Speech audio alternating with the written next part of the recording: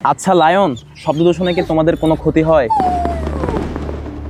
প্রতি বছরই দেখা যায় আতশবাজির কারণে বিভিন্ন ঘরবাড়িতে আগুন লাগছে। এমন জোরে ফুটাইছে, একদম কাছাকাছি ছিল, কানের এফেক্ট করছে বেশি। নতুন বছর মানে নতুন আশা, নতুন স্বপ্ন, নতুন আলোর প্রতিশ্রুতি।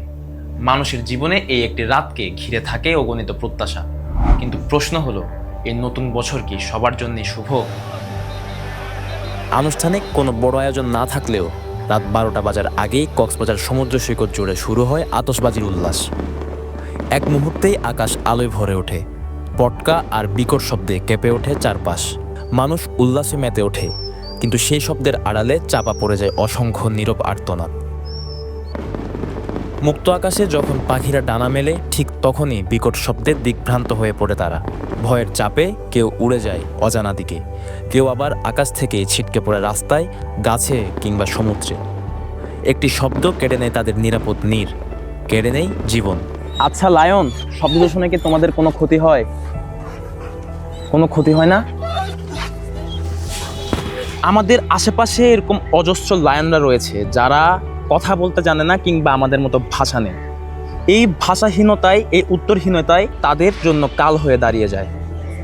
আমরা দেখতে পাই আমাদের উদযাপন বিভিন্ন সময়ে বিভিন্ন জায়গায় যে অবলা প্রাণীরা রয়েছে আমাদের আশেপাশে, তাদের জীবনকে বিপন্ন করে তোলে, এমনকি প্রাণহানিও হয়। রাস্তায় থাকা কুকুর আর বিড়ালদের জন্য এই রাতটি যেন মৃত্যু ভয়ের রাত।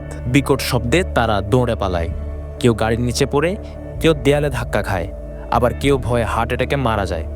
যাদের কোনো ভাষা নেই, তাদের কষ্ট কতজনেই বা বোঝে। এবং প্রতি বছরই দেখা যায় আতশবাজির কারণে বিভিন্ন ঘরবাড়িতে আগুন লাগছে, আমাদের প্রাণ এবং জীবনগুলো হুমকির মুখে পড়ছে। গত বছরও দেখেছি আমরা বাবুই পাখির বাসায় যেভাবে তাদের বাসস্থান ধ্বংস করা হয়েছে, তারা হাজার হাজার পাখি মারা গিয়েছে। এগুলো আসলে আমাদের পরিবেশের ভারসাম্যের যে কী পরিমাণ ক্ষতি করছে, আমরা আমাদের মনস্তত্ত্বে কোনো ধরনের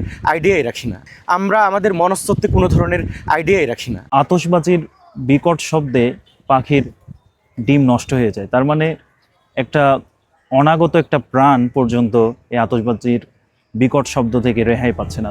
শুধু প্রাণীকুলই নয়, এই শব্দের ভয়াবহ প্রভাব পড়ে মানুষের জীবনেও। নবজাতক শিশুরা চমকে ওঠে, কান্নায় ভেঙে পড়ে, হৃদরোগীরা পড়েন মারাত্মক ঝুঁকিতে, মানসিকভাবে অসুস্থ ব্যক্তিরা হয়ে ওঠেন প্রচণ্ড বিচলিত ও আতঙ্কিত। বিভিন্ন তথ্য ও গবেষণায় উঠে এসেছে এই ধরনের শব্দ দূষণে শিশুর মৃত্যুর ঘটনাও। এক রাতের উল্লাস, এক মুহূর্তের আতশবাজি, কিন্তু এর মূল্য দিতে হয় বহু প্রাণকে। ও ওখানে আতশবাজি এমন জোরে ফুটাইছে, একদম কাছাকাছি ছিল, এই কারণে ওর কানের এফেক্ট করছে বেশি। কানে থেকে পুরো ব্রেন শট ধরে ফেলছে। ওইটার জন্য কি ওকে ডাক্তারে বলছে ওকে বাঁচানো যাবে না।